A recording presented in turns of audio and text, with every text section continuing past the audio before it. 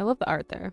The just like storytelling of that, it's kind of like what you get in like film. So if you learn anything about film theory, and I don't want to talk about this like I've ever extensively studied film theory, but part of it is like how do you set up a shot? So if we start here where there's already someone drinking a cup of tea, you can start there and just kind of get into the scene really quickly, but having a couple, like a few shots here of just the 1, 2, 3 shots of the tea being made tells like sets up the story. So it tells a little bit of a story of like how you get here. And it's more work if you're like trying to draw a comic book or make any kind of like video format storytelling. It's more work to kind of get those like b-roll kind of shots, but just taking those quick, it only takes a few seconds to just set up that story. It just gives some like continuity of like, I don't know, if you just have someone holding something suddenly in a scene, it doesn't quite set you up for that scene. It's kind of like when you switch like settings, environments in a film.